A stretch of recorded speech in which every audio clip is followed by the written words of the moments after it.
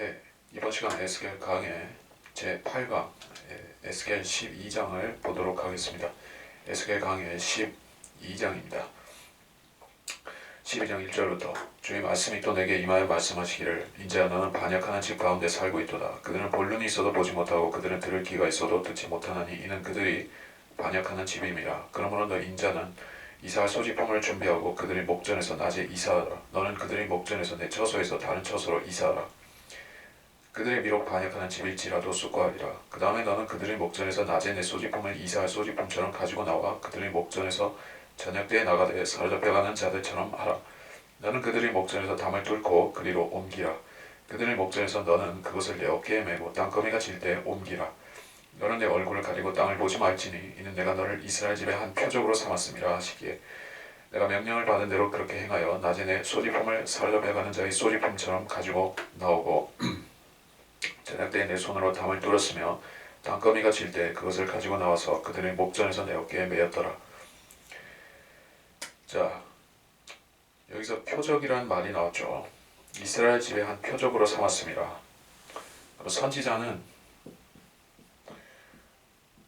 선지자와 표적의 관계란 어떤 것인가? 선지자는 표적을 행하고 표적을 보여주고 백성들에게 그 표적을 통해서 하나님의 메시지를 전달하는 사람이기도 합니다. 또한 선지자는 그 선지자가 자신이 표적이 되기도 하는 사람인 것이에요. 그래서 여기서 본문에서는 그 에스겔이 이스라엘 사람들에게 있어서 표적이 된 것이에요. 그 자신이 행하는 일이 표적이 된 것입니다. 그래서 이사하는 표적을 보여주었는데 마치 사로잡혀가는 자처럼 담을 뚫고 소지품을 가지고 이사하라라는 그런 좀 다소 이상한 명령을 받았습니다.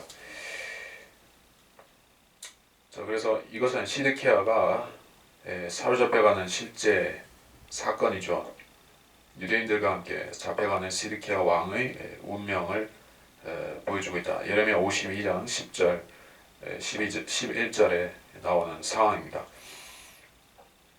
그래서 이것은 그렇게 더 설명할 것은 없고 8절부터 아침에 주의 말씀이 내게 임하여 말씀하시니라. 이제 이스라엘 집 반역하는 집이 내게 말하기를 내가 무엇을 하고 있느냐 하지 아니하더냐.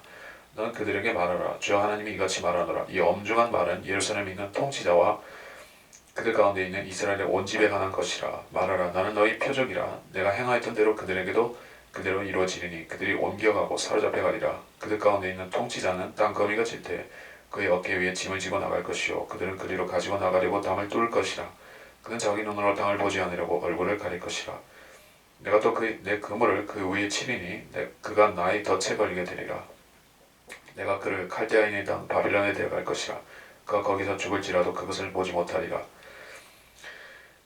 또 내가 그를 도우려고 그 주위에 있는 모든 사람들과 그의 모든 군대를 사방으로 흩을 것이며 또 그들을 쫓아 칼을 빼리라. 내가 그들을 민족들 가운데로 흩어버리고 나라들 속에 그들을 분산시키면 그때 그들은 내가 주인 줄 알리라. 그러나 내가 그들 중에 몇 사람을 칼과 기근과 전염병으로부터 남겨두어 그들이 이르는 이방인 가운데서 그들의 모든 가증함들을 선포하게 하리니 그때 그들은 내가 주인 줄 알리라.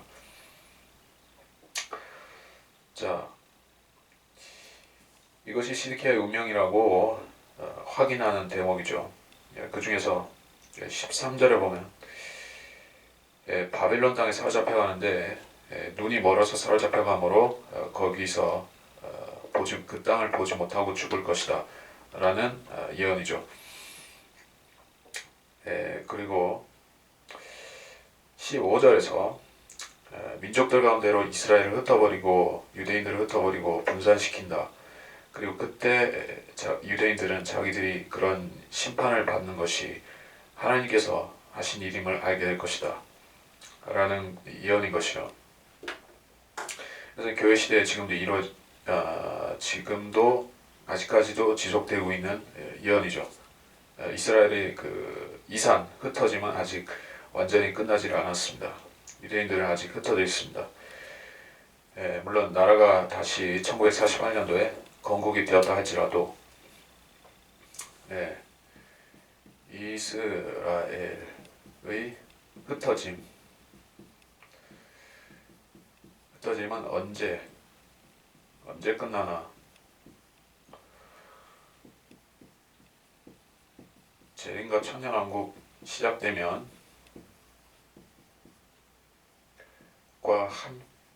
시작과 함께 종결되겠죠.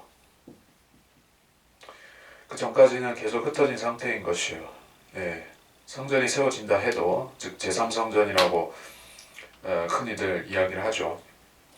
성전이 세워지고 3년 반 동안 제사와 예물이 바쳐지겠지만은, 그럼에도 유대인들이 다시 흩어지는 사건이 그 야곱의 고난의 때, 후 3년 반 때 또 일어나기 때문에, 그리고 완전히 유대인이 회복되고 본토에 안전하게 거하게 되는 때는 재림인 것입니다. 그래서 여기서 본문에서 민족들 가운데로 유대인이 흩어진다 하는 것은 그때 당시 에스겔 당시에도 그랬었고 지금까지도 그러한 상황이다. 유대인들이 그런 심판을 받는 이유는 일찍이 하나님과 언약을 체결했던 하나님께서 조건에서 유대인들이 언약을 지키지 않으면은 쫓아내겠다고 다짐하셨던 것이요. 그것이 신명기에 약속되어 있는 사실이죠. 신명기 28장.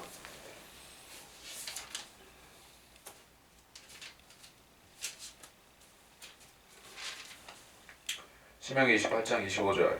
주께서 내 원수들 앞에서 너를 패하게 하시니 내가 그들을 대적하러 한 길로 들어가서 그들 앞에서 7길로 도망할 것이며 땅의 모든 왕국들로 옮겨지게 되리라. 사로잡혀가는 것을 말씀하셨어요.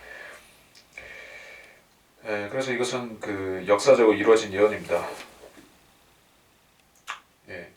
16절에 내가 그들 중에 몇 사람을 남겨놓는다. 그래서 그들은 이방인 가운데서 그들이 가증함을 선포한다.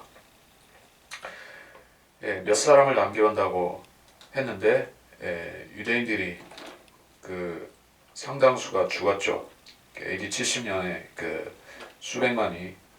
수십만이 죽고 수백만이 쫓겨난 것이요. 그 뒤에도 유대인들은 지속적으로 학살과 쫓겨남을 통해서 수가 증대되지 못했었죠. 그러다가 지금 다시 본토로 돌아오면서 다시 인구가 증가하고 있는 상황인데, 몇 사람을 남겨놓는다. 그러니까 심판에서부터 남겨놓는다. 유대인이 남은 자다. 남은 자 유대인.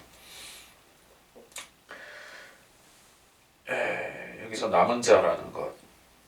남은 자는 심판을 증거하는 하나의, 그들 자체가 하나의 증인이자 표적이 되는 사람들이죠. 남은 자들은 또한 회복의 밑바탕이 되는 사람들이기도 한 것입니다. 그 사람들이 있기 때문에 또 하나님께서 유대인을 아직 돌보신다는, 버리지 않으셨다는 증거가 되기도 하는 것이요.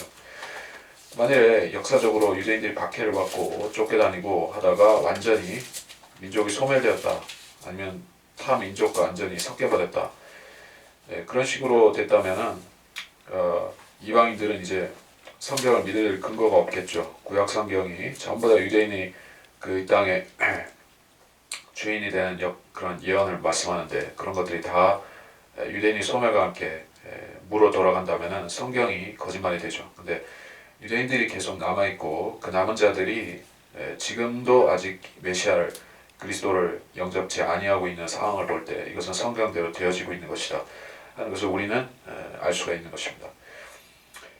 그래서 로마서 11장 25절에서 이렇게 말씀하고 있죠. 형제들아, 너희가 스스로 지혜 있는 채 하지 않게 하기 위하여 이 신비를 너희가 모르기를 내가 원치 아니하노니, 이는 이방인들이 충만함이 차기까지는 이스라엘의 일부가 완고하게 된 것이라. 그리하여 온 이스라엘이 구원을 받으리라. 기록된 바 구원자가 시온에서 와서 야곱에서 경건치 아니한 것을 제거하리라. 이는 내가 그들이 죄악을 없앨 때 그들에 대한 나의 언약이 이것임이니라 함과 같으니라. 이스라엘 회복에 대한 약속은 천년왕국 또 재림과 함께 오는 것입니다. 그리고 그 전까지는 유대인들은 흩어진 상태로 이방인들 가운데 있으면서 또 그들에게 하나님의 심판을 증거하는 증인들이 되는 것이에요. 17절부터 또 주의 말씀이 내게 임하여 말씀하시니라. 이제 떨며 내 빵을 먹고 떨림과 근심으로 내 물을 마시며 그 땅의 백성에게 말하라. 예루살렘 거민과 이스라엘 땅의 주 하나님이 이같이 말하노라. 그들이 근심으로 빵을 먹고 놀람으로 물을 마시니 그 땅이 그 안에 거하는 모든 자들이 폭력으로 인하여 그 안에 있는 모든 것으로부터 황폐하게 될 것이라. 사람이 사는 성읍들은 황폐케 되며 땅은 폐허가 되리니 그때 너희는 내가 주인 줄 알리라. 자, 물론 이것은 70년 포로 생활 동안에 유대 땅, 이스라엘 땅이 그렇게 되었다는 것인데, 예언적으로도 적용될 부분이 있죠. 즉 7년 대환란에 적용될 수 있는 부분이 있죠. 근심으로 빵을 먹고 놀람으로 물을 마신다. 자, 피난을 가야 된다 할 때 평안한 가운데서 밥을 먹을 수가 없죠. 또 피난처에 들어갔다. 셀라 페트라. 거기에서 그 사람들이 적그리스도의 낯을 피해서, 사탄의 낯을 피해서 한때와 두때와 반때를 계시록 12장에 나오는 바와 같이 그렇게 숨어서 지내야 한다고 할 때 그들이 평안한 가운데서 먹고 마시고 할 수가 없는 상황이죠. 그래서 근심으로 먹고 놀람으로 물을 마신다는 것은 실제로 대환란 때 이루어질 사실인 것입니다. 그리고 땅이 그 안에 그 땅이 그 안에 있는 자들이 폭력으로 인해 황폐케 된다. 이 유대 땅, 이스라엘 땅이 황폐하게 되는 이유, 거기 적그리스도가 둥지를 틀고 거기서 잔혹한 일들을 하겠죠. 사람들을 커다랗게 죽이고 짐승의 형상에 경배하지 않는 자들을 죽이고 피 흘리고 또 두 증인의 피를 흘리고 그러한 일들로 인해서 그 땅이 저주를 받고 황폐하게 될 것이다. 20절 사람이 사는 성읍들은 황폐하게 되고 땅은 폐허가 된다. 자, 이거는 물론 환란 끝에 있을 상황을 말씀한다고 볼 수가 있습니다. 이에 대해서는 우리가 이사야서 6장 11절 12절을 한번 보겠습니다.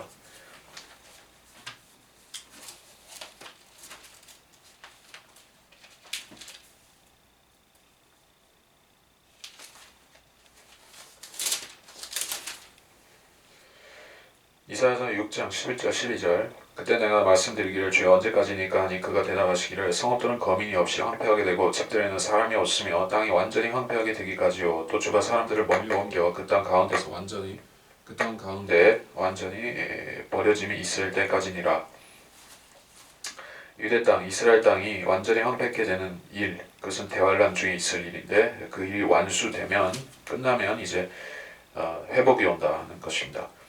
그리고 그때 유대인들은 이제 주님께서 이 일을 하셨다는 것을 깨닫고 회개하게 된다는 그런 말씀이죠.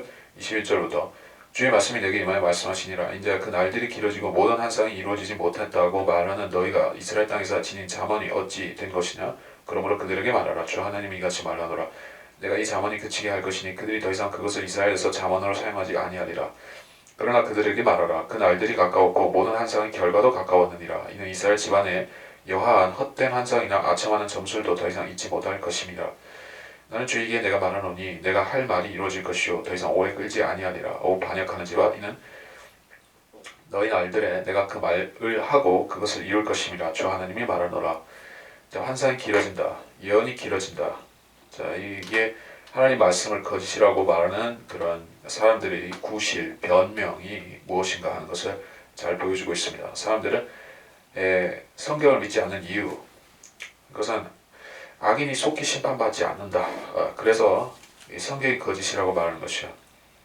악인이 번성하고 악인이 잘되고 속히 심판이 이루어지지 않고 또 재림하신다라고 했는데 왜 재림이 그렇게 속히 되지 않느냐. 사도 바울은 당대 재림이 그리스도가 오실 것 같이 그렇게 얘기를 했는데 왜 재림은 2000년 동안 지금도 AD 2000년이 넘었는데도 아직도 안 되고 있느냐. 사람들은 그렇게 얘기를 하면서 성경을 믿지 않으려고 하고 또 성경이 신화라고 하고 그 인간이 쓴 그런 종교 경전이라는 식으로 얘기를 하는 것이요. 속히 이루어지지 않는다고 해서 성경을 믿지 못할 것 같으면은 그 사람은 그 영생을 받지 못하는 것이요. 영생은 사실 우리가 하나님의 아들의 형상대로 변화되는 것인데 그것은 우리가 지금 당장 부활의 몸을 입은 것이 아니지만은 그러한 일이 우리 앞에 기다리고 있다는 것을 약속으로 붙잡고 있는 것이 우리의 소망인 것이요. 부활과 휴거의 소망이죠. 그런 믿음이 없는 사람들은 이제 성경의 다른 약속들도 전체 다 거부하고 믿을 수가 없게 되는 것입니다.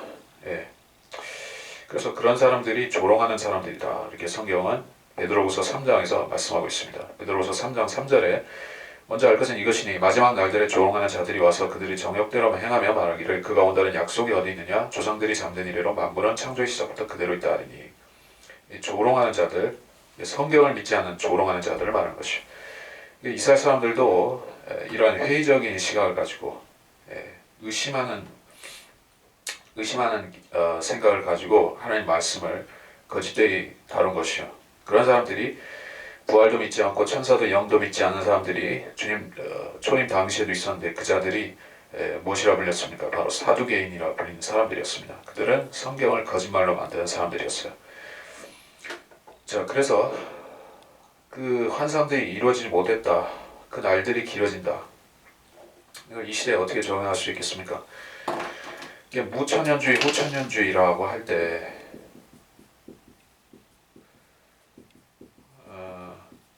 이런 사상들은 골자가 무엇이냐면은 당대에 이루어지지 않으면 성경은 성취되지 않는 것이다 이렇게 말하는 것이요.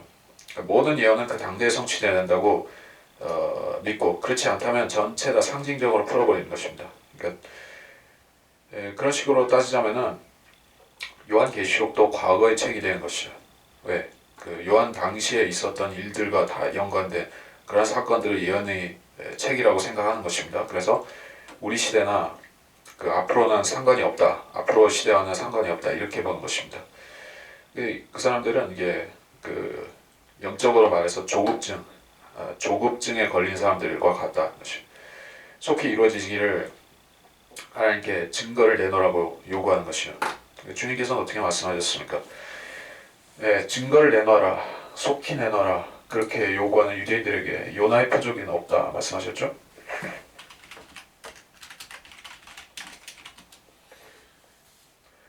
마태복음 12장 39절 이렇게 말씀하셨죠? 그러나 주께서 그들에게 대답하여 말씀하시기를 악하고 음란한 세대가 표적을 구하나 선지자 요나의 표적밖에는 줄 표적이 없도다. 주님께서 충분히 표적을 보여주고 계셨죠. 당시에 죽은 자를 살리고 문둥병자를 고치고 안진뱅이를 일으키고 그런 식으로 주님께서 선지자의 표적, 그리스도의 표적을 보여주고 계셨는데 사람들은 그거를 불신하면서 더 큰 것 보여달라고 했습니다. 그게 조급증이에요. 조급증. 사람들은 기다릴 줄 모르고 하나님께서 요구하시는 수준으로 인내하지를 못하는 것이요. 그래서 속히 요구하다가 결국에는 하나님께서 그들에게 핀잔을 주신다는 것입니다. 그래서 그런 자들을 주님께서 뭐라 말씀하시는가? 이스라엘 집에 여한 헛된 한상, 악청하는 점술도 잊지 못할 것이다. 거짓 선지자들을 또 거짓 그리스도들을 경고하고 계신 말씀이죠. 이거는 대화할 때도 그런 상황이 아마 오리라고 저는 보는 것이요. 왜냐하면 거짓 그리스도, 거짓 선지자들이 실제 나타난다라고 복음서에서 경고하고 계시죠. 여러 군데 있지만은 잠깐 보면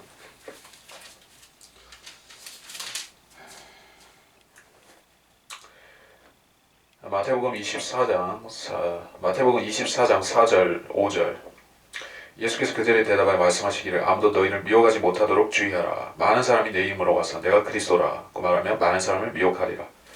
많은 사람을 미혹하는데 아직 때도 되지 않았는데 이제 밥솥에 밥이 다 되지도 않았는데 설익은 밥을 끄집어내서 막 그 입에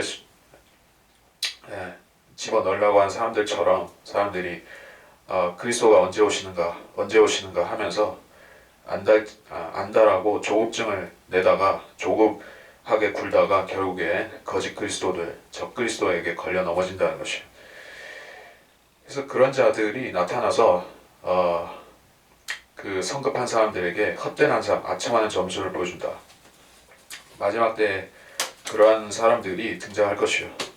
그런 것에 속는 사람들이 속을 준비가 된 사람들이 대거 나올 것이요. 뭐 그런 말씀은 성경에 많이 있지만은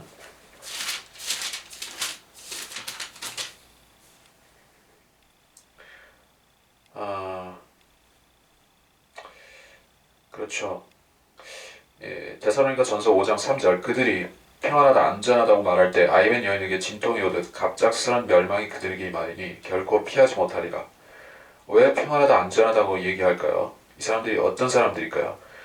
지금 이 시대에도 성경을 믿지 않는 그 소위 무후천년주의, 역사적 전천년주의, 기타 등등 그런 식으로 거짓 종말론을 믿는 거짓 그 신학을 믿는 사람들도 평안하다, 안전하다. 교황과 그의 추종자들도 평안하다, 안전하다. 그렇게 얘기를 하고 있습니다만은 이것은 보다 직접적으로 적용되기로는 유대인들이 그렇게 하고 있죠. 유대인들뿐만 아니라 대환란에 처한 그러한 이방인들도 똑같이 할 것이에요. 그러다가 갑작스러운 멸망, 즉 그 멸망의 아들 적그리스도가 그들에게 덮칠 것이에요. 그러면 피하지 못한다는 것입니다. 자, 그래서 그때 거짓 선지자들과 적그리스도와 그 거짓 그리스도들이 사람들을 속일 것이요. 속이는 것은 평화다, 평화다 하면서 화평이라 하면서 속일 것인데 그게 아첨하는 점술이라는 것입니다. 재림은 이제 없을 것이다. 이미 재림은 이루어졌다. 여기에 그리스도가 진짜 있다. 이 교황 성화가 그리스도다. 이렇게 얘기할 것이요. 적그리스도가 나타났을 때. 자, 24절, 24절 했고 25절 나는 주에게 내가 말하노니 내가 한 말이 이루어질 것이 오래 끌지 아니하리라. 오 반역하는지라 이는 너희 날들에 내가 그 말을 하고 이룰 것이다. 이루어질 것인데 속히 이루어질 것이다. 성경이 독자들에게 예언에 대해서 우리가 받아들여야 되는 관점이 무엇인가, 어떤 자세로 우리가 예언을 받아들여야 되는가 하는 것을 압축해서 요약해서 말하자면 이런 것이요. 속히다, 속히. 그래서 계시록 그 마지막 부분에서 이렇게 말씀하고 있죠. 계시록 22장 20절에서 이런 일들을 증거하신 분이 말씀하시기를 반드시 내가 속히 오리라 하시니 아멘 그러하옵니다. 주 예수여 오시옵소서. 속히. 자, 인간들의 관조로, 인간들의 기준으로 볼 때 2000년 정도 재림이 지연되었다고 하면 1900년 혹은 2000년 정도 재림이 연기되었다고 하면 이건 속히라고 볼 수가 없죠. 이게 대체 세대가 몇 번이나 지나가야 되는 것이요. 2000년은 대단히 긴 것 같죠. 근데 하나님께서는 속히라고 하셨어요. 에스겔 때는 더 멀리인 과거인데도 불구하고 속히라고 말씀하신 것입니다. 왜냐하면 하나님께서는 알파 오메가이시고 영원히 살아계신 분이기 때문에, 또 인간들도 원래는 하나님과 같은 그러한 영생을 누리는 존재였었죠. 우리는 우리 영생의 소망을 가진 사람들, 즉 그 거듭난 그리스도인이라고 하면 하나님의 관점에서 세상을 볼 수 있어야 되는 것이죠. 우리한테 있어서는 이제 1000년이나 2000년이나 3000년이나 심지어 7000년이나 이런 것은 별거 아닌 것입니다. 우리는 영원을 내다보고 살아야 되는 사람들이지 비루하게 몇십 년 가지고 이렇게 째째하게 그렇게 실망했다가 들떴다가 그런 사람들이 아니죠. 그리고 어쨌든지 간에 지금 이 시대, 즉 그 마지막 때라고 하는 지금 이 시대는 주님의 재림이 실질적으로 수십 년 혹은 수년 안짝으로 가까이 다가온 시대에 살고 있으니까 우리는 더더욱이 그 속히라는 말씀을 진지하게 받아들여야 되는 입장의 사람들이라는 것이요. 그래서 너희 날들에 그것을 이룬다라고 했어요. 이 세대에 주님께서 모든 것을 이루겠다고 그 무화과나무 비유에서 말씀하신 것과 마찬가지로 이 세대에 이루어질 것입니다. 26절 주의 말씀이 대신에게 임하여 말씀하시니라. 이제 보라 이스라엘 집에 속한 자들이 말하기를 그가 보는 이상은 여러 날 후의 것이며 그가 먼 때를 예언한도다 하라니 그러므로 너는 그들에게 말하라. 주 하나님이 이같이 말하노라. 내 말들의 어떤 부분도 더 이상 오래 끌지 아니할 것이며 내가 했던 말은 이루어지리라. 주 하나님이 말하노라. 먼 때라는 것은 여러 날 후의 일, 먼 때라는 것은 이제 이거는 영적으로 말해서 오늘날 후천년주의하고 더 관련이 깊을 것이요. 후천년주의라는 것은 천년왕국을 부정하고 그것이 영적으로 성취가 된다라고 얘기해요. 성경은 7천년의 역사적으로 말해서 7천년의 체계를 가지고 움직이는 책이죠. 인류 역사의 국한에서 보자면은 성경은 7의 책이다. 7천년. 그리고 6일 창조. 그리고 하루의 휴식, 안식. 그래서 이 성경 자체가 7을 다루는 책이고, 그런 질서 하에서 하나님께서는 아담부터 지금까지 역사를 운행하셨는데, 그래서 이제 그 교회 시대라는 이 시대도 이제 저물 때가 다가왔는데 이 사람들을 혼동시키는 것이요. 잘못된 신학으로, 마귀의 신학으로, 거짓 교리로 혼동시켜서 아직 끝나지 않았어. 예수님은 뭐 한 1000년이나 2000년이나 그 이상 더 먼 미래에 오실 거야. 이렇게 사람들을 속이는 것이 바로 이 후천년주의였죠. 근데 이것이 전혀 말이 안 된다는 것은 사람들이 양심적으로 또 이성적으로 역사를 조금만 봐도 알 수가 있는 것이에요. 세상이 점점 좋아져야 되죠. 왜냐하면 이 사람들은 후천년주의라는 것은 지금이 천년이라는 것이에요.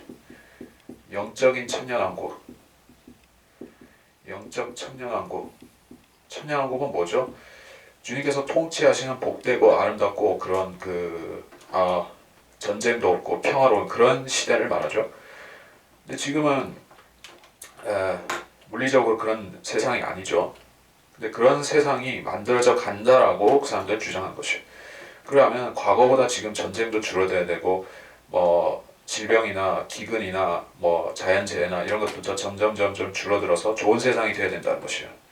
이게 다시 말해서 후천년이라는 것은 영적인 진화론입니다. 진화론. 세상이 점점 좋아질 것이다. 인간도 점점 순화될 것이다. 무엇에 의해서든지 뭐 교육이나 문화나 혹은 뭐 심지어 기독교 교육에 의해서 사람은 점점 선한 존재로 탈바꿈 할 것이다. 그런 영적인 진화론입니다. 근데 그것이 전부 다 깨어졌습니다.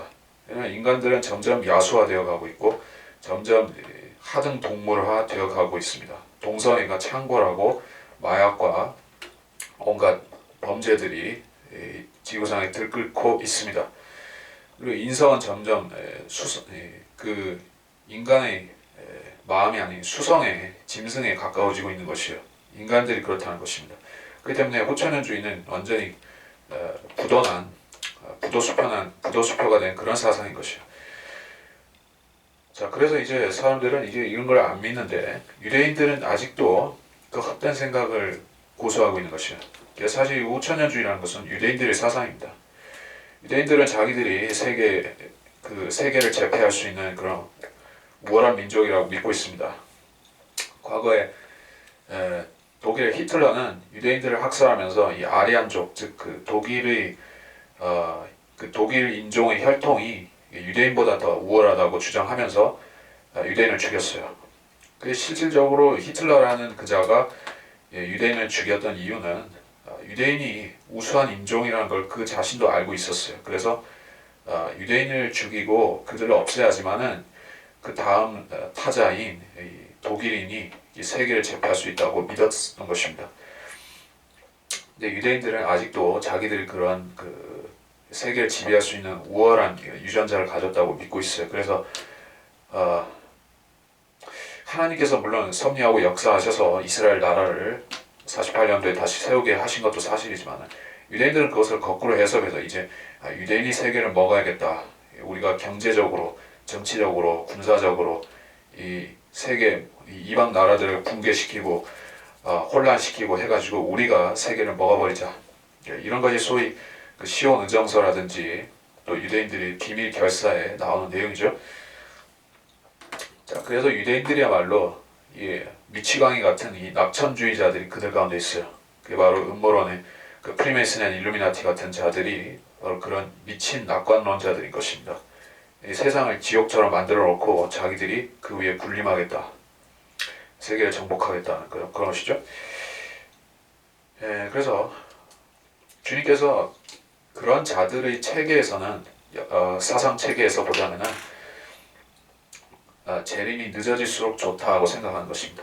아예 없으면 더 좋고 재림은 미뤄지든지 아예 없어야 된다. 왜냐? 그 사람들이 이 세계를 마음껏 그 자기들 뜻대로 요리해서 나눠 먹으려면은 주님이 오시면 안 되죠. 주님께서 오시면 모든 세상이 이 온 땅이 주님의 소유로 돌아갈 텐데 그러면 그 자들이 할 일이 없는 것입니다. 오히려 지옥에 가야죠. 근데 지옥에 가야 되기 때문에 그 자기들을 지옥에 쳐넣을 그 주님께서 오시기를 바라지 않기 때문에 그러한 공산주의자들과 일루미나티들과 유대인들은 그 재림을 믿지 않고 재림이 차라리 멀리 이루어지기를 바라는 것입니다.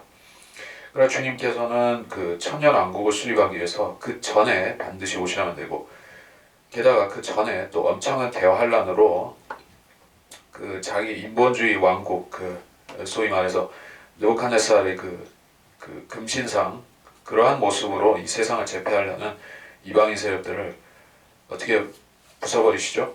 완전히 가루처럼 타작마당의 그런 티끌처럼 만들어 버리실 것입니다.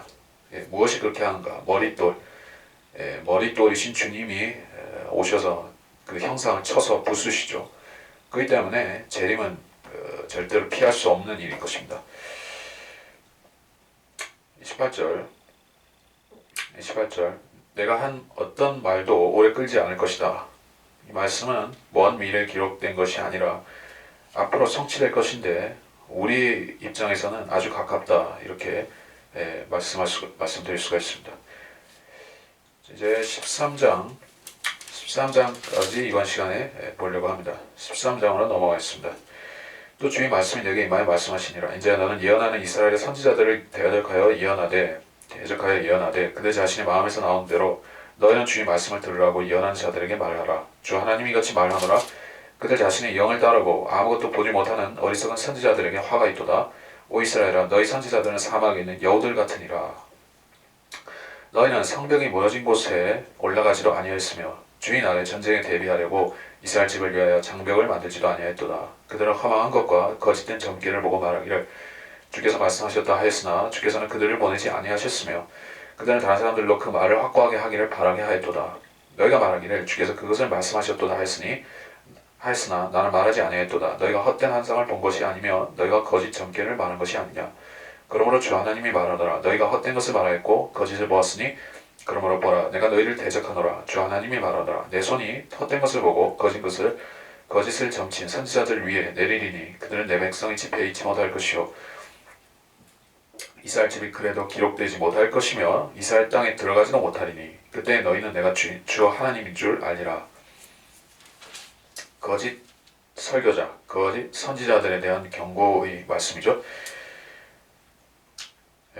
자신의 마음에서 나오는 대로 예언할 수도 있다라고 말씀하셨습니다. 사람들은 물을 예언자다 하고 등장해서 사람들에게 거대한 무리를 운집시키고 하나의 종교적인 세력을 형성하고, 그것이 뭐 조셉 스미스 몰몬교의 창시자든 아니면 문선명 통일교 그 창시자든 자칭 선지자라 이렇게 얘기하면서 나온 사람들이 어떤 교세를 얻고 사람들이 추종을 받게 되면은 그것 안에 기정사실, 저 사람은 선지자다 이렇게 인식하는 경향이 있습니다. 물론 그리스도인들은 그런 거짓 선지자들의 그런 양의 탈을 쓴 이리 같은 자들의 진면목을 우리는 영적으로는 분별할 수가 있고, 하지만은 세상 사람들은 그걸 분별할 도리가 없죠. 왜냐하면 마귀는 전적으로 그 거짓 선지자들에게 완전히 사기꾼으로 드러나도록 그렇게 하지는 않기 때문에, 그들도 어떤 모종의 초능력을 행하든지 약간의 점괘를 맞추든지 그런 것은 있기 때문에 사람들을 속일 수가 있는 것입니다. 그들이 애초에 그런 그 사기꾼들이라는 것을 안다면은 사람들이 속겠습니까? 뭐 구원파라든지 신천지라든지 그런 자들이 순전히 그냥 말로 때우는 거짓말쟁이들이라고 하면 안 속겠죠. 그 가운데서는 어떤 마귀적인 표적이라든지 능력이라든지 기적들이 실질적으로 있는 것이죠. 그래서 사람들이 그거를 추종하고 따라가게 되는 것이죠. 거짓 선지자들도 그렇습니다. 그들이 하는 말들 중에는 맞는 것도 있고 틀린 것도 있습니다. 그리고 맞는 것들은 성경에서 카피한 것들이요, 틀린 것들은 성경을 변개시킨 말들이에요. 그들 자신의 영을 따르고, 선지자에게 있어서는 그 선지자가 참 선지자라는 증거는, 선지자가 진실된 증거는 예언의 출처는 반드시 성경이고 성령이어야만 된다. 우리한테 완성된 하는 말씀이 있으니까 예언의 출처는 성경이 되어야 되겠죠. 물론 그 사람 자체도 성령을 받은 그리스도인들이야 할 것은 물론이요. 예언을 한다고 하면 그러니까 미래에 있을 어떤 일들을 예측을 한다든지 성경을 해석해서 사람들에게 알려준다든지 그런 여러 가지 권면이나 이런 것들을 할 때 그리스도인이 선지자된 입장에서 세상 사람들에게 어떤 말을 하든 그것은 성경에서 출처를 성경을 근거로 해야 된다는 것입니다. 성경적이지 않은 예언은 그것은 즉시 마귀적인 예언이 되는 것이요. 성경에 근거하지 않은 예언은 완전히 마귀적인 것이고 또 성경을 거짓되이 인용한다든지 부분적으로 또는 자기 편한 대로 인용한다든지 자의적으로 써먹는다든지 그것이 바로 신천지 같은 이단이 되는 것이요. 우리가 예언의 출처는 그리스도인에게 있어서는 100% 성경이어야 되는 것이다. 자, 그리고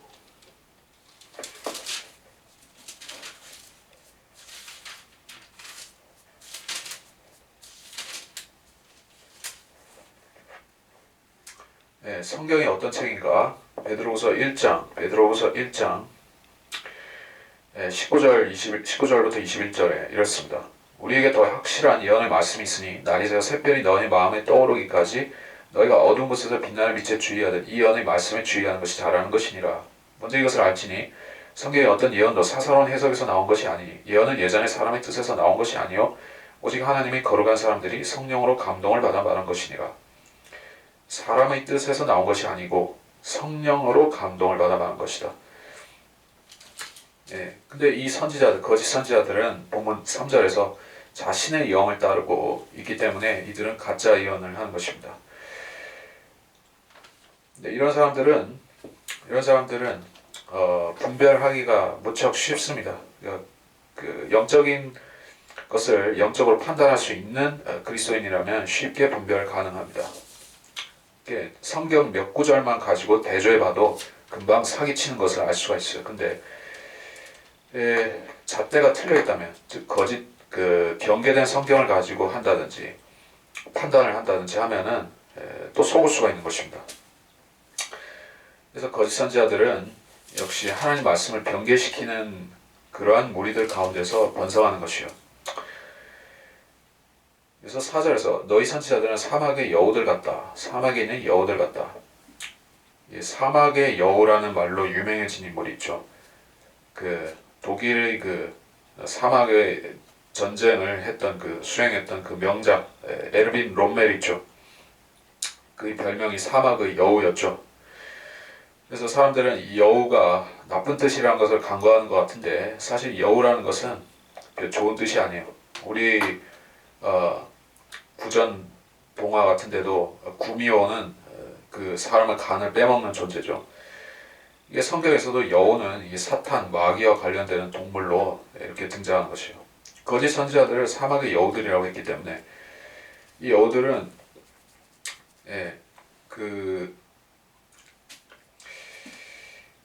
또 이 여우들이라고 했는데 성경에서 우리가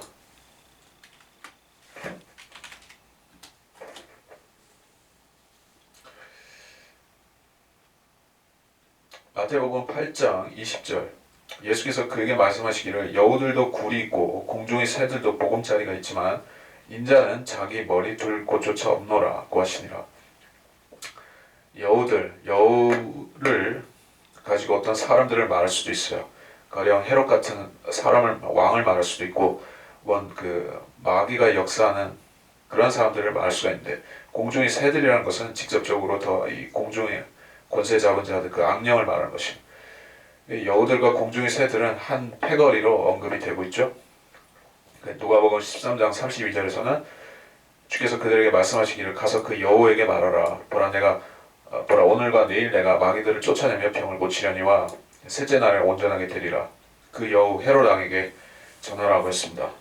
어쨌든 안 좋은 뜻이고 마귀에 관련된 것입니다. 5절 성벽이 무너진 곳에 올라가지 않았고 전쟁에 대비하지 않고 장벽을 만들지 않았다.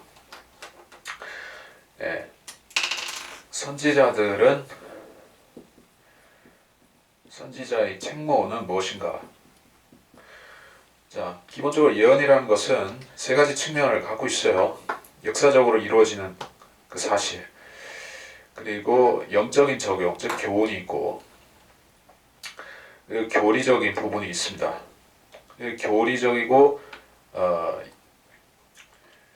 역사적인 것, 교훈적인 것을 다 총합해서 예언인 것이요. 그래서 선지자들이 하는 말은 백성들이 지금 타락했기 때문에 하나님의 말씀을 버렸기 때문에 그들이 심판받는다면 또 심판이 더 큰 심판이 임박해 있다면 선지자들이 경고해서 그 백성의 죄악을 멈추도록 해야 하는 것이요. 선지자들이 역할을 잘 수행하면 하나님 시키신 대로 하면 요나가 했던 것처럼 물론 요나는 불순종을 하다가 억지로 하긴 했지만은 그런 식으로라도 선지자가 하나님의 명령을 수행해서 거대한 한 니느웨라는 도성을 구하기도 했었고 그런 큰 일들을 하는 것입니다. 선지자들은 엄청난 사람들인 것이요. 선지자들의 그러한 올바른 예언 한 가지 가지고 수백만 명, 수천만 명을 구할 수도 있는 그러한 히어로들인 것이요. 뭐 할리우드 영화에 나오는 소위 배트맨이니 슈퍼맨이니 하는 그런 허접한 히어로가 아니라 진짜로 사람들을 문자적인 멸망으로부터 구하는 그러한 영웅들이 선지자들이죠. 근데 그런 일을 가짜들이 나서 가지고 가짜 선지자들이 하게 되면은 그들이 오히려 엑스맨들이 되는 것이요. 그 사람들을 오히려 멸망으로 빠뜨리는 소위 말해서 그 이중간첩 같은 거짓 선지자들이 있는 것입니다. 험한 것과 거짓된 점괘를 보고 그래서 이 사람들은 성경을 가지고 예언을 하지 않고 성경을 인용하더라도 잘못 인용합니다. 그래서 거짓 선지자들을 경고, 책망 그리고 죄에서 돌이키는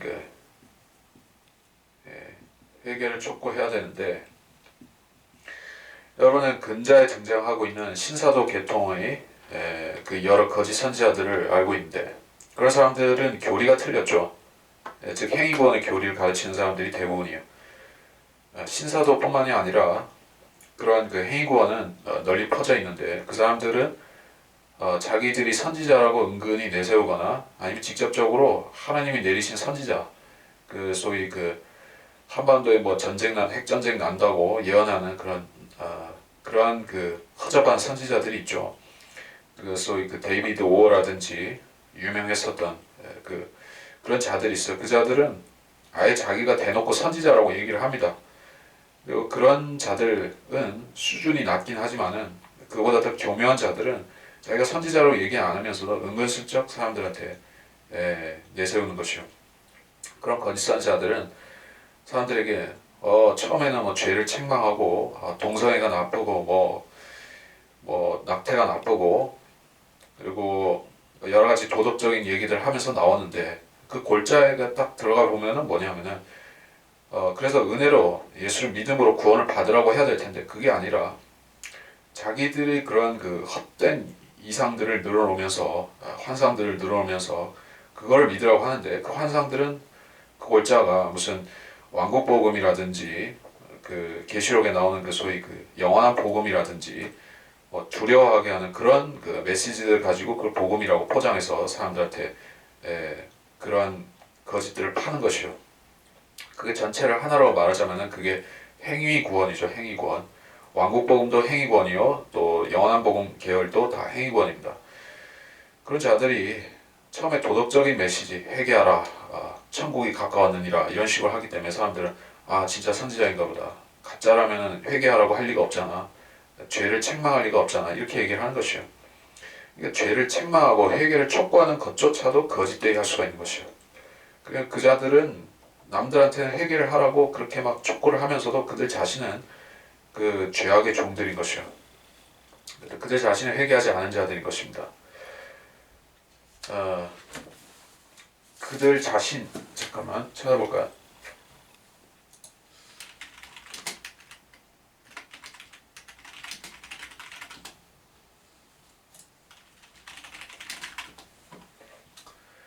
베드로후서 2장 19절 그들에게 자유를 약속하나 자기들 자신은 타락의 종들이니 누구든지 정복을 당하면 그는 정복한 자의 종이 되는 것이라. 그래요. 그들 자신의 생활을 들여다보면 다 더러운 것들 투성인 것입니다. 조용기가 그렇죠. 그리고 데이비드 워도 마찬가지일 것입니다. 그런 자들은 사생활이 다 지저분하다는 특색이 있습니다. 근데 사람들은 회개하라 그런 얘기를 하니까 그 사람들이 그 무슨 선지자 같이 행세를 하고 나와서 회개하라 하니까는 진짜 선지자인 것 같이 생각하는데 그들이 속이 더러운 것입니다. 그러면 우리가 가짜인 줄을 알 수가 있어요. 네.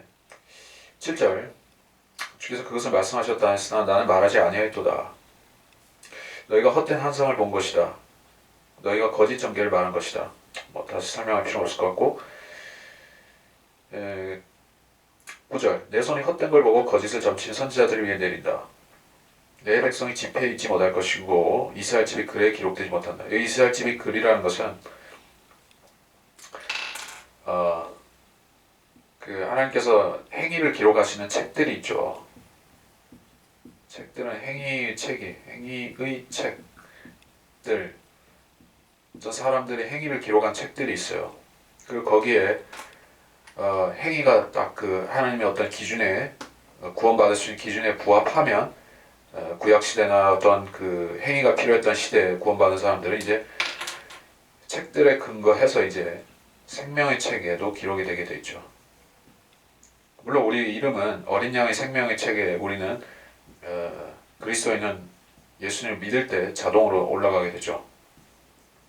이 사람들 행위 책들이 관련 있어. 그래서 이스라엘 집의 그 어떤 책들이다 하는 것은 이스라엘 집의 글이라는 하는 것은 뭐 토라를 말한다, 아니면 구약 성경을 말한다, 뭐 아니면은 구약 성경에 나오는 인물들의 이름들을 말한다, 무슨 족보를 말한다, 뭐 그런 식의 여러 가지 해석이 있을 수가 있지만은 한마디로 요약하자면 이거는 행위록을 가리킨다고 보면 되는 것이요. 그래서 이 사람들이 회개를 했다면 올바로 선지자들이 참 선지자들이 주는 그 참 예언을 받아서 진짜 회개를 했다면 그 사람들은 이제 행위를 바로잡았을 것이고, 그럼 이제 이 이스라엘 집이 글에 기록되었을 뿐더러 이스라엘 땅에 들어가서 살게 될 것이다. 언제? 천년왕국 때, 복된 천년왕국 때 그렇게 살게 될 것이다 얘기예요. 10절부터 그들이 내 백성을 현혹하였으므로 말하기를 화평이라 했으나 화평은 없었도다. 누군가가 담을 쌓으니 보라 다른 사람들이 잘 이겨지지 않은 회 반죽을 바르는도다. 너는 잘 이겨지지 않은 회 반죽을 바른 자들에게 그것이 무너져 내릴 것이라고 말하라. 폭우가 내릴 것이라 또 큰 우박 너희는 떨어지며 질지며 폭풍은 그것을 부술지어다. 보라 그 담이 무너져 내렸을 때 너희가 발랐던 회 반죽이 어디 있느냐 하고 너희에게 말하지 않겠느냐. 그러므로 주 하나님이 이같이 말하노라. 내가 나의 진노 가운데서 폭풍으로 그것을 부수리니 나의 분노 속에 폭우가 있을 것이요 나의 진노 가운데 있는 큰 우박들이 그것을 소멸하리라.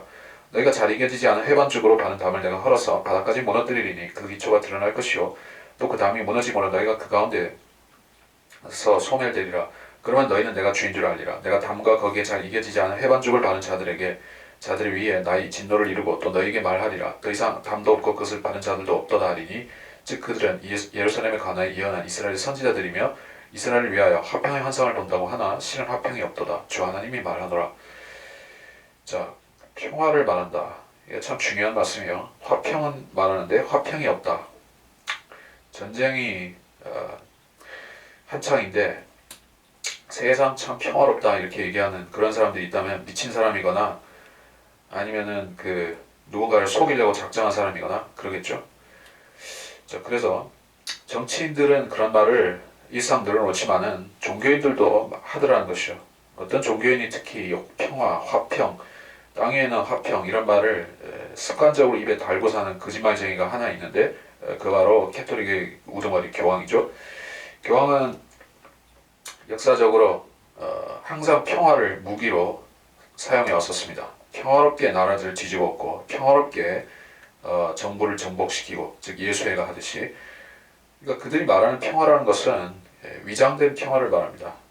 사람들이 언제 서로 죽일까 하고 어떤 파와 반대파가 서로 그 시기를 노리고 있는데 그걸 평화라고 얘기한다면 그거는 평화가 아니라 이제 폭풍 전야의 고요 이렇게밖에 표현할 수가 없죠. 폭풍 전야의 고요다 혹은 태풍의 눈이다 하는 것은 그거 진짜 평화라고 할 수가 있습니까? 태풍의 눈이 태풍 전체에 비하면 얼마나 적은 것이요. 크기가 적은 것이요. 그 태풍이 눈에서 잠시 있다가 벗어나면 어마어마한 소용돌이가 기다리는데 이 사람들은 그런 걸 보지 못하고 당장 눈앞에서 평화가 이루어지는 것 같으면 그러면 그 평화를 이룬 사람을 칭송하고 존경하는 것이요. 교황도 그렇게 하고 유엔도 그런 단체고 뭐 정치인들은 다 그렇게 합니다. 근데 여기서는 화평이라 그들이 누구일까요? 물론 거짓 선지자들을 말합니다. 거짓 선지자들인데 지금은 목사들이 그렇게 하고 있고 뭐 교황만이 아니라 목사들도 그렇게 하고 있어요. 그래서 우리가 한국 사람들 입장에서 가장 그 경계해야 되는 거짓 이론이 무엇이냐면은 소위 말해서 평화 통일이다. 평화 통일 얘기를 하죠. 역사적으로 순수하게 평화 통일이라는 것이 가능합니까? 평화 통일? 자, 많은 사람들이 독일 얘기를 해요. 독일은 평화 통일됐다. 그렇지 않느냐? 평화롭게 되지 않았느냐? 사실 맞습니다. 독일은 평화롭게 통일이 됐어요. 근데 독일이라는 그 사례가 모든 그 분단국가의 통일 사례에 다 적용될 수 있는 것입니까? 분단국가 중에서 통일된 나라들이 몇몇 개 더 있죠. 그 중에서 특별히 이 예멘이 있어요. 예멘. 지금 그 아랍연합군이 가서 이렇게 후티 반군 전쟁하고 있는 그 나라 있죠. 굉장히 이게 혼란스럽고 어지럽고 그런 나라인데 그 예멘이라는 나라, 남예멘이 있었고 북예멘이 있었어요. 그 북예멘은 그 공산계통의 나라였었고 북한도 그렇고 거기도 북쪽이 이게 공산계통이었어요. 그런 나라가 이제 하나로 합쳤는데 이 체제가 다르니까는 이게 나라가 하나로 돌아가지 않는 것이요. 그래서 결국에는 전쟁이 벌어지고 그 전쟁 끝에 다시 합치긴 했는데 불안정하게 가다가 결국에는 여러 가지 아랍 반군들이 와서 다 나라를 망쳐놓은 것이요. 근데 사실 이게 평화 통일이라는 게 그런 면에서 볼 때는 굉장히 신기루인 것이요. 독일이라는 것은 하나의 극히 역사적인 예외라고 봐야지 그게 하나의 일반 법칙이라고 볼 수가 없는 것이요. 한반도는 더더욱 그렇습니다. 독일은 전쟁이 없었어요. 분단이 되는 과정에서 동독과 서독이 치열하게 서로 전쟁으로 붙었던 적이 없는 역사입니다. 그래서 통일이 될 때 굉장히 부드럽게 될 수가 있었는데 사실 갈등도 많았었죠. 하지만 전쟁을 안 했기 때문에 그나마 좀 평화롭게 될 수가 있었습니다만은 한반도는 6.25라는 엄청난 동족 상간의 전쟁을 했었던 역사가 있고 또 체제가 너무나 동독과 서독 이상으로 극과 극의 차이가 있고 그래 동독과 서독의 체제는 어느 정도 통일이 되기 전까지 체제가 서로 좀 융화가 되는 경향이 있었는데 문화적으로도 또 경제적으로도 그랬었는데 한반도는 그것이 아니라 완전히 극과 극으로 나뉘어져 있죠. 그래서 평화롭게 될 수가 없습니다. 그런데 사람들은 평화 통일을 내세우는데 이것은 뒤에 숨겨진 수작이 있다는 얘기예요. 즉 좌파, 소위 종북 좌빨들이라고 하죠. 좌파들이 평화 통일 얘기한다면 그거는 평화롭게 조용히 대한민국 붕괴시키고 북한에다가 넘겨주자 하는 그 평화를 얘기하는 것이요. 그리고 거기에 순진하게 속은 사람들은 통일은 분단보다 좋은 것이니까 게다가 평화롭게 한다고 하니 전쟁도 안 한다고 하니 얼씨구나 하는데 사실은 그게 평화롭게 합쳐져서 결국에는 공산화 된다는 얘기예요. 그러니까 결국에 사람들은 평화라는 말에 습관적으로 이게 세뇌를 당하고 또 속고 해가지고 사람들이 분별을 못하게 만든 것이요. 그리고 적그리스도가 나타났을 때도 그가 내세우는 하나의 거대한 슬로건이 있을 것인데 그것이 바로 세계 평화라는 얘기예요. 평화 통일 얘기하는 사람들은 항상 그런 걸 제가 보게 되는 것이요. 평화 통일 얘기하면서 거기서 끝이 아니라 세계 평화를 하자는 것이요. 한반도가 평화 통일되면 세계 평화가 된다. 이렇게 믿고 있는 것입니다. 어떻게 보면 굉장히 순진하고 어떻게 보면 섬뜩한 내용인 것이요. 세계 평화를 이룰 사람은 물론 예수님이지만 예수님 전에 와서 세계 평화 하려고 하는 존재가 있을 것인데 그가 바로 적그리스도죠. 적그리스도가 오면 세계 평화를 수립할 것이요. 세계 평화를 이룰 것이요. 일시적으로. 그러니까 한 번 더 통일되고 세계 평화하자는 것은 적그리스도를 빨리 오라고 하는 것과 같습니다. 그 때문에 그거는 이게 굉장히 위선적인 말이다. 위험한 말이고, 그래서 잘 이겨지지 않은 회반족이다 얘기했어요. 마치 성수대교처럼 삼풍백화점처럼 무너질 수밖에 없는 부실한 건축물을 얘기하는 것입니다. 겉으로만 멋지게 단장돼 있고 삼풍백화점처럼 겉으로만 볼 때는 건실하게 지어져 있으면 사람들은 그 안에 들어가서 뭐 여러 가지 상행위도 하고 또 밥도 먹고 일도 하고 하지만은 그게 잘 이겨지지 않은 회반죽처럼 내실이 없기 때문에, 기초가 없기 때문에 한번 흔들어버리면 끝나는 것이요. 겉으로만 보이게 잘 보이게끔 치장해 놓은 것을 말하는 것입니다. 그러한 인간들의 위선에 대해서 말씀한 것인데, 자, 평상시에는 괜찮아요. 위선적으로 살아도 문제가 없습니다. 그야말로 전쟁이 없을 때는.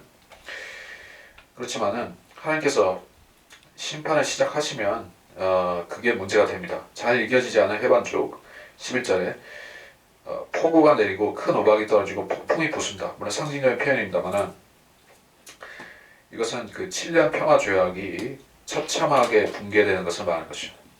7년 평화조약이라고 얘기를 하죠. 다니엘서에 나오는 7년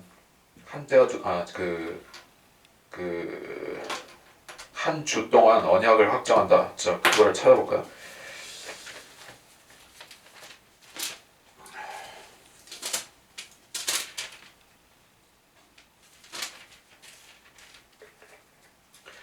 자, 다니엘 9장 27절. 그가 많은 사람들과 더불어 한 주 동안 언약을 확정하고 그 주의 중간에 그가 희생자의 예물을 금지시킬 것이요. 그는 가증함을 확산시킴으로 황폐케 하리니 진멸할 때까지 할 것이며 정해진 것이 황폐케 한 자에게 쏟아지리라. 한 주 동안 언약을 확정해요. 근데 중간에 깨집니다. 그래서 이거는 7년 평화조약이라고 우리가 얘기를 하는 것입니다. 그리고 이것이 잘 이겨지지 않은 회반죽, 거짓된 평화조약을 말한다라고 볼 수가 있어요. 그리고 여기서 말하는 폭우와 우박과 폭풍은 적그리스도가 폭풍처럼 와서 언약을 깨버리고 예루살렘 성전에 멸망이 가증한 것을 세우는 그런 상황, 그걸 가리킨다고 볼 수가 있어요. 그래서 유대인들이 의지하고 우리가 지옥과 협상했다, 그런 말을 하면서 자기 위안을 할 것입니다.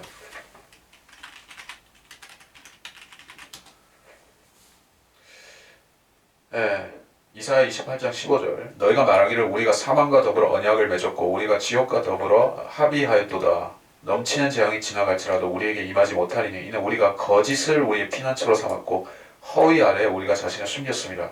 그러니까 잘 이겨지지 않은 회반죽이 즉 거짓과 허위 아래 거짓된 평화조약 아래 유대인들이 자신을 의지하고 숨길 것이다. 적그리스도가 내세우는 평화라는 슬로건을 따를 것이다 하는 얘기요. 그래서 그 조약은 하나님께서 깨버리신 것입니다. 자, 그 기초가 드러나고 14절에 그 담이 무너짐으로 소멸되리라. 유대인들이 후 3년 반의 재앙을 겪게 된 것이죠. 왜냐하면 그들이 적그리스도를 의지했기 때문에 더 이상 담도 없고 그것을 바른 자들도 없도다. 유대인들은 7년 평화조약을 체결하게 되면 마치 그것이 천년왕국이 온 것이냐, 또 그 적그리스도, 즉 그때 교황으로 군림할 그 자가 마치 그리스도인 것이냐 환영하고 또 의기양양할 것이요. 거의 2000년 만에 성전을 세운다면, 제3성전 그걸 세운다면 얼마나 유대인들의 그런 기세가 하늘을 찌를 것이요. 또 자만심이 치솟을 것입니까? 우리가 이제 이게 세계 인류 넘버원이 되었다. 이제 성전도 다시 세웠고 이제는 우리 잘 될 일밖에 없다. 이렇게 생각하고 아주 기고만장할 것이다. 그런데 한 번에 하나님께서 재앙을 가져와서 다 허물어 버리신다는 얘기예요. 16절. 즉 그들은 예루살렘에 관하여 예언한 이스라엘 선지자들이며 이스라엘을 위하여 화평의 환상을 본다고 하나 화평이 없다. 화평이라 하나 화평이 없다. 우리가 데살로니가 전서 5장 1절 3절에서 같은 내용을 얘기했었죠. 평화를 얘기하지만은 그 사람들은 전쟁을 몰고 오는 사람들이고 위선자들입니다. 화평의 환상을 본다. 자, 이스라엘 사람들 입장에서는, 즉 유대인들의 입장에서는 지금 제일 시급한 일이 뭘까요? 거듭나지 않은 유대인들은 거듭나서 개인적으로 환란에 안 들어가는 게 최상이죠. 네. 그래서 유대인 선교라고 할 때 그런 유대인 선교의 1차적인 제일 중요한 목표는 유대인 개인들을 구원해서 환란에 안 넘어가게 하면은 그게 하나님 보실 때 제일 선한 일입니다. 그거 외에는 없는 것이에요. 유대인들한테 가서, 자, 가령 여러분이 유대인한테 선교를 한다 할 때 유대인들한테 가서 무슨 천년왕국을 가르치면서 천년왕국 때 유대인들이 세계 넘버원이 될 거야 이런 예언을 그 사람들한테 멋들어지게 한다. 이사야서를 가지고 하든지 뭐 계시록 가지고 하든지 뭐라 가지고 하든지 간에 유대인들한테 가서 그 아첨하는 예언을 했다고 해요. 유대인들은 넌 앞으로 잘 될 거야. 그거 아무 의미도 없는 것이에요. 왜냐하면 유대인들은 7년 환란을 겪으면서 뼈저리게 통렬하게 회개를 해야만 되기 때문에, 엄청난 숫자가 죽어야 되기 때문에 그 사람들은 지금 구원을 받는 게 급하지 그 먼 미래에 있는 천년왕국을 지금 깨닫는 게 문제가 아니란 얘기예요. 거짓 선지자들은 유대인들한테 가서 천년왕국 얘기하고 자빠져 있는 것이에요. 그런 자들이 있어요. 그게 소위 그 메시아닉 주라든지 또 그 사람들은 뭐 주스 포 지저스라고도 얘기를 하는데, 그런 운동을 하는 사람들은 대부분 보면 유대인 구원시키는 것보다는 이 천년왕국이라는 떡고물 가지고 이게 유대인들을 홀리려고 하는 것입니다. 유대인들은 천년왕국에 대해서 모르지를 않습니다. 예, 자기들이 결국에는 세계 넘버원 민족이 된다는 것을 그 사람들 자신이 알고 있어요. 아니, 그것 자체가 너무 확실한 믿음이라서 오히려 교만이 될 정도인 것이에요. 그러니까 그 사람들이 교만을 부추길 이유가 없는 것입니다. 원래 잘난 사람들한테 가서 잘났다 얘기할 필요가 없죠. 예, 그런 멍청한 짓을 하면 안 되는 것입니다. 유대인들은 오히려 그 자만심이 문제이기 때문에 그 하나님께서 대환란을 주셔야 되는 것이에요. 근데 이 신사도라든지 또 이 거짓된 유대인 회복 운동하는 그 사람들은 이게 유대인들한테 가서 아첨하고 자빠져 있기 때문에 그 사람들은 이 거짓 교리를 가르치는 사람들인 것이에요. 자, 그 정도 하고, 화평을 본다고 하나 화평이 없도다. 17절부터 마찬가지로 너 인자야, 자기들 마음에서 나온 대로 예언하는 내 백성의 딸들을 대적하여 내 얼굴을 두고 넌 그들을 대적하여 예언하여 말하라. 주 하나님 이같이 말하노라. 혼들을 사냥하기 위하여 베개들을 모든 겨드랑이에 꿰매고 머릿수건을 모든 키 머리에 만드는 여자들에게 화가 있으리라. 너희는 내 백성의 혼들을 사냥하려 하느냐? 또 너희는 너희에게 오는 혼들을 살려두려 하느냐?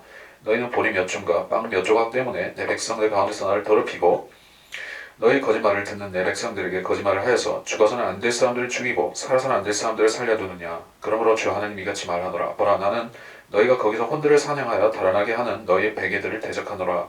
내가 너희 팔에서 그것들을 찢고 혼들, 즉 너희가 사냥하여 달아나게 한 그 혼들로 가게 하리라.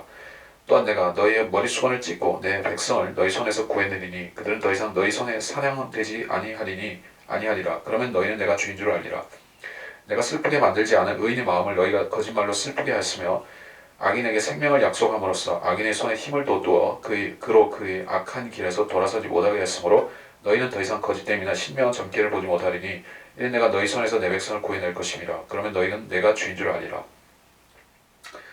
자, 우리가 지금 생소한 얘기가 나오기 때문에 문화적으로도 그렇고 좀 역사적으로도 좀 생소하고 익숙치 않은 그런 얘기입니다.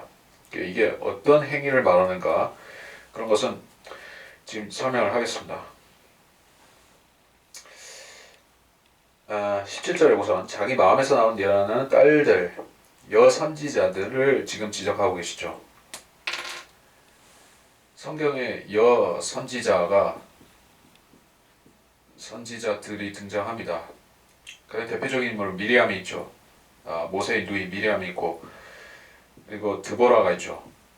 재판관 시대에 드보라가 있고, 그 외에도 여선지자들이라고 일컫는 그 사도행전에도 그런 여선지자가 있고, 그 주님 초림 당시에도 안나라는 그 여선지자가 있었고, 아셀 지파 출신의 안나라는 그 여선지자가 예수님이 등장을 예고했었고, 자, 그런 사람들은 좋은 여선지자들입니다. 근데 나쁜 그 소위 이세벨 같은 악녀들도 있었던 것이요, 거짓 여선지자들이 있었던 것입니다.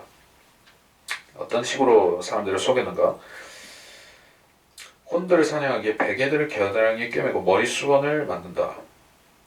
자, 이 사람들은 그 여선지자들을 보면은 여러분이 그 수녀를 이렇게 수녀나 아니면은 무당 같은 그런 여자들을 보면 되는 것이요. 그 신비롭게 보이려고 그 신기가 있는 것처럼 보이려고 그 과장된 그런 복색을 갖추죠. 예, 사람들한테 신비감을 불러일으키든지 겁을 주든지 하려고 베일을 쓰고 휘장을 두르고 마치 무슨 뭐 선녀처럼, 그렇죠. 날개옷을 갖춰 입고, 날개옷 아시죠? 날개옷. 선녀 날개옷을 입듯이 그렇게 신성한 모습으로 사람들 앞에 나타나는 것이요. 실제로 여기에 그런 모습입니다. 그래서 베개들을 겨드랑이에 꿰맨다. 이것은 신체의 그 신체를 상하게 상해하는 그러한 그 자해 행위와도 연관이 있을 것이요. 겨드랑이에다가 바늘과 실을 가지고 천을 꿰맸다는 것이요. 무슨 목적으로 그렇게 했는지 모르지만은 더 특별하게 보이려고 했겠죠. 여러분이 그 인도의 요가승들, 그 구루들, 그 힌두교에서 그 신성한 존재가 구루죠. 구루.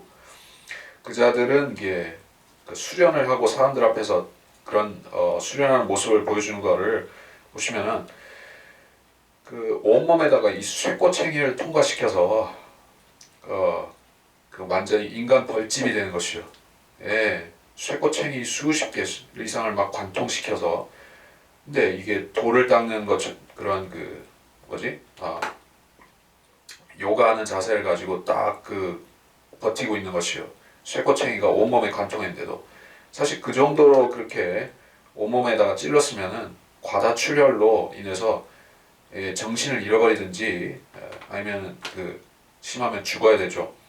근데 그 사람들은 멀쩡한 정신으로 그렇게 하고 있으니까 사람들이 이야, 저건 보통 사람이 아니다, 저건 신이다, 이렇게 되는 것이요. 또 이 무당들 보시면은 한국의 그런 무당들도 포함해서 보시면은 그 서슬퍼런 그 작두 칼날 위에서 막 춤을 추죠. 펄쩍펄쩍 춤을 추죠. 그 보통 사람들은 거기 올라가가지고 거기 하라고 맨발로 그렇게 하라고 하면은 완전히 그 발이 아작 나겠죠. 근데 그런 그 악령의 신기를 받은 여자들은 또 박수무당 남자들도 마찬가지로 그 작두 위에 올라가서 나리선 작두 위에 올라가서 춤을 추는 것이요. 그게 어떻게 가능한가? 그 마귀가 그런 능력을 신기를 주는 것이요. 그런 취지에서 우리가 18절을 이해하면 될 것 같습니다. 머리 수건도 마찬가지인 것입니다. 여자는 머리에 쓰라고 쓰지 않는다면은 그것은 수치다. 그러니까 바울이 그렇게 얘기를 했죠. 근데 그거는 그 캐톨릭 성당에서 여신도들이 그렇게 머리에다 베일 쓰듯이 그렇게 하라는 뜻은 아니고, 그 여자는 짧게 머리를 깎지 말고 단발하지 말고 적당히 길러라, 그러는 취지로 말씀한 것이에요. 근데 거기다가 또 베일을 덮는다. 그러니까 신부 면사포 하듯이 그 베일을 덮는다. 그 서양 풍속에는 그런 게 있습니다. 여자들이 베일을 쓰고 다녀요. 근데 그건 성경을 잘못 해석해가지고 그렇게 하는 것이고, 또 캐톨릭권에서는 그 일상적으로 그렇게 하고 다녀요, 여자들이. 그리고 더 나아가서 더 심각한 경우는 이게 모슬렘에서죠. 모슬렘에서는 그 완전히 그 머리뿐만 아니라 전신을 가리는 그 차도르라는 것도 있고, 히잡이라는 거, 그러니까 머리만 가리는 용도로 머리와 얼굴 정도만 가리는 히잡도 있고, 자, 이런 것들은 머리에다 쓰고 감싸고 뭐 그런 별짓거리를 다 하느냐.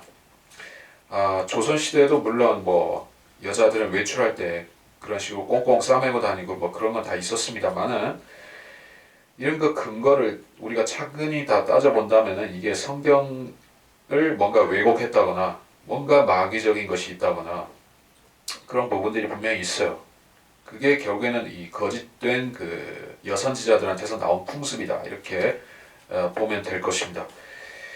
19절, 너희는 보리 몇 중과 빵 몇 조각 때문에 내 백성 가운데서 나를 더럽히고 너희 거짓말을 듣는 내 백성들이 거짓말을 해서 죽일 사람은 죽이지 않고 죽이지 안 될 사람은 죽이고 살아서 안 될 사람은 살려둔다. 자, 그 거짓 선지자들, 마법사, 마술사들은 여러분이 흑마술이라고 들어보셨을 것입니다. 흑마술은 이게 원래 아프리카에서 나왔고 IT에 부두교가 있죠. 부두교. 또 여기는 좀비라는 것도 있고 사람을 저주해가지고 여러 가지로 그 신체적으로 손상을 주거나 죽이거나 그러한 흑마법이 있어요. 그러니까 이 선지자, 여선지자들은 단순히 뭐 거짓 예언만 하는 정도로 그친 것이 아니라 그 어떤 사람한테 흑마법을 걸어서 소위 그 중세시대 마녀들이 했던 것 같이 저주를 거는 그런 주술도 하는 것이죠. 주술. 그래서 그 주술을 건다는 것은 물론 그게 단순히 미신이라고 치부할 수도 있겠지만은 그 미신 이상으로 악령이 작용하는 경우도 있습니다. 그래서 그 불신자들, 자연인들의 세상에서는 그런 저주가 통용될 수도 있어요. 근데 그리스도인들은 그게 상관이 없죠. 그리스도인들은 성령의 주관을 받는 사람들로서 주술 따위에 의해서 좌우되는 사람은 아닙니다. 그래서 이 여선지자들은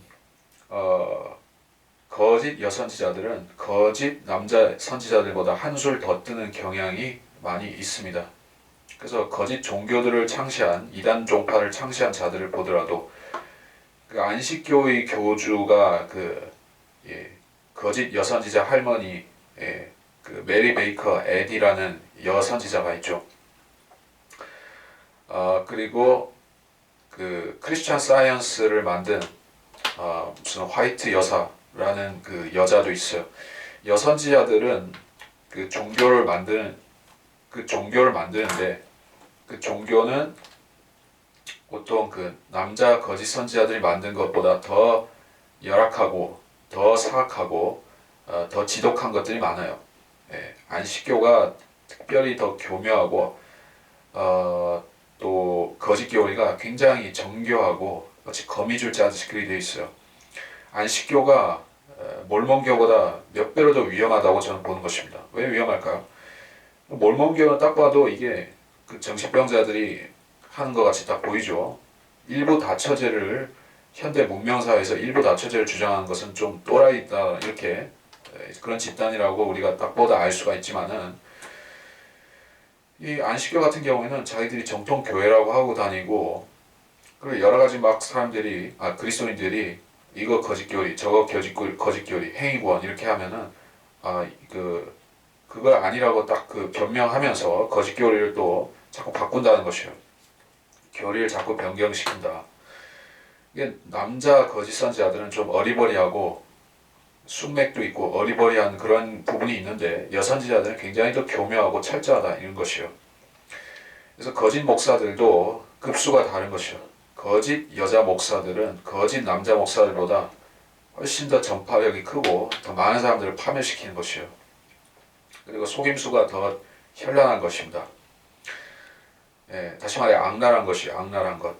그래서 그러한 여자들에 대해서 주님께서 경고하고 계십니다. 21절. 그래서 20절에서 그것들을 찢고 너희가 사냥하여 달아나게 한 혼들로 가게 하리라. 혼들을 사냥한다라고 했어요. 그 혼들은 사실은 하나님께서 영생을 그 안에 두셨고 영원히 살아있게 하셨기 때문에 이 혼의 가치는 이 우주에서 가장 높은 것이요. 가령 이것을 혼이라는 것을 만약 일종의 상품이라고 간주한다면은 그것은 다이아몬드나 다른 보석과도 비교할 수가 없는 어마어마한 가치를 가진 것이요. 어떤 사람 한 명의 혼의 가치는 다이아몬드로 가득한 어떤 행성의 다이아몬드 덩어리로 된 행성의 값어치보다 더 큰 것이요. 아니면 우주 자체보다도 버금갈 만큼 큰 것이요.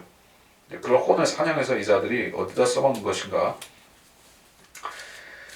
사람들을 속이는데 써먹죠. 무당들은 접신과 또 그 영적 세계와 교류를 통해서 자기들이 혼들을 불러 올릴 수도 있고 불러 내릴 수도 있고 그런 초능력이 있다고 주장합니다. 물론 그거는 사기를 치는 것이요. 그 엔돌의 무당, 접신력, 그 사울에게 그 접신술을 베풀었던 것 같이 그때는 예외적인 상황이었었지만은 대부분 다 악령들이 장난을 치는 부분입니다. 혼을 실제로 동원할 수는 없어요. 그래서 이거는 하나의 그 조롱하는 말씀인 것입니다. 네, 이 사람들을 사기치고 혼들과 접신 그 주술을 가지고 장난치는 것을 이제 못하게 하겠다는 것입니다.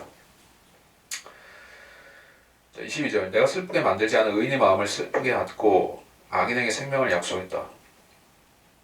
자, 그래서 때에 맞는 예언은 굉장히 중요한 것입니다.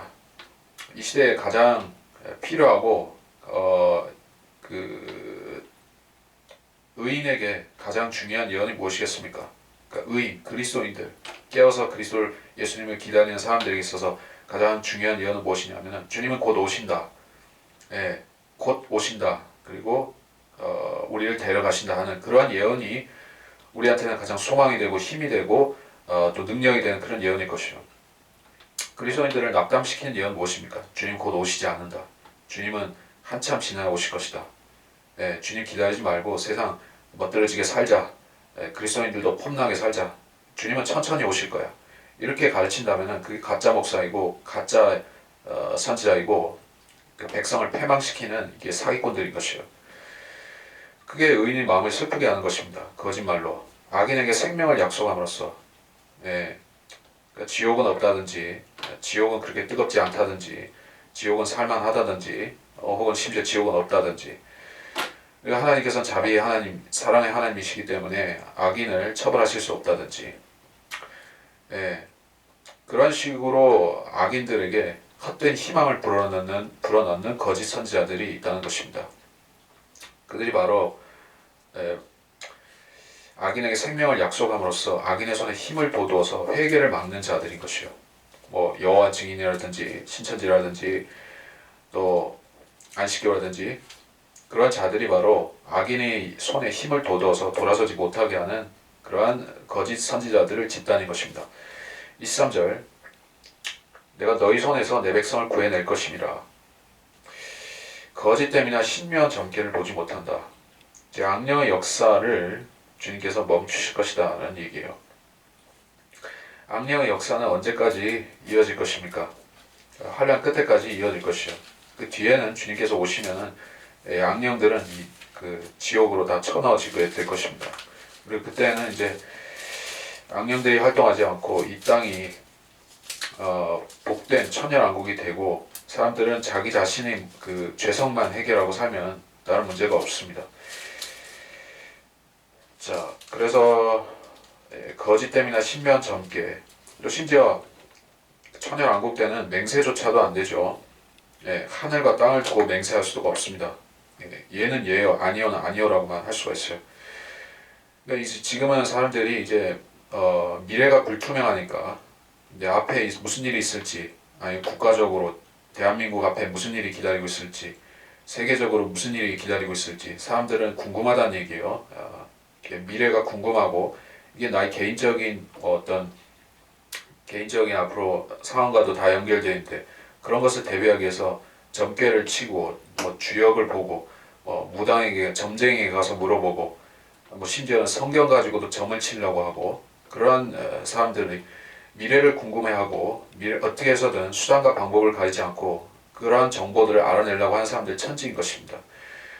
그런 것은 우리가 기독교 카페에 기독교인들이 뭐 성경을 가지고 미래를 알려고 하는 사람들 그런 사람들도 다 똑같은 짓들을 하고 있는 것이요. 숫자점을 보고 숫자점을 보고 미래를 맞추려는 식으로 성경을 그러한 암호 해독의 하나의 그 방편으로 써먹으려는 사람들이 참 많습니다. 아니면 세상에 허접한 무슨 그 예언서라든지 심지어 노스트라다무스라든지 이런 허접한 이 세상 예언서들 가지고 성경을 끼워 맞추는 사람들 그런 사람들은 자기 미래도 책임질 수 없고 남의 미래도 도와줄 수 없는 그런 헛된 허수아비를 믿는 자들인 것이요. 왜냐하면 하나님께서 그들의 점괘를 폐지해 버리실 것이기 때문에 그들이 악령을 가지고 점을 잘 쳐왔었지만은 그 악령의 힘도 빼앗아 버리시면은 이제 미래를 볼 수가 없을 것입니다. 마치 파라오가 그 자기의 마술사들을 의존해서 모세를 대적하려고 했지만 하나님의 그 선지자 모세의 능력이 그들을 그 악령의 마술사들의 능력을 능가해 버리니까는 더 할 일이 없었던 것이요. 하나님만이 해결하실 수 있는 문제가 되어버린 것입니다. 그런 식으로 지금의 이 시대에도 거짓 선지자들은 공중 권세 잡은 자들의 그 악령들의 능력과 권세를 받아서 거짓 예언들을 일삼고 또 가짜 목사와 가짜 여자 목사들과 그런 자들이 나와서 온갖 이단 사설들을 가지고 사람들을 속여 먹지만은 그리스도인들은 이 성경을 가지고 말씀의 능력으로 무장해서 그런 자들을 이기고 분별하고 사람들을 계도시켜야만 되는 것입니다. 그러면 우리가 하나님께서 그 궁극적으로 이스라엘도 그렇고 그 그리스도인들도 그들의 미혹에서 건져내시겠지만 지금 우리가 충실히 그러한 역할을 수행하면 하나님께서 기뻐하시고 우리가 그리스도의 심판석에서 상을 받을 수 있는 이유가 될 것이요. 그래서 이번 시간에 12장, 13장을 강의했고 여기서 마치도록 하겠습니다.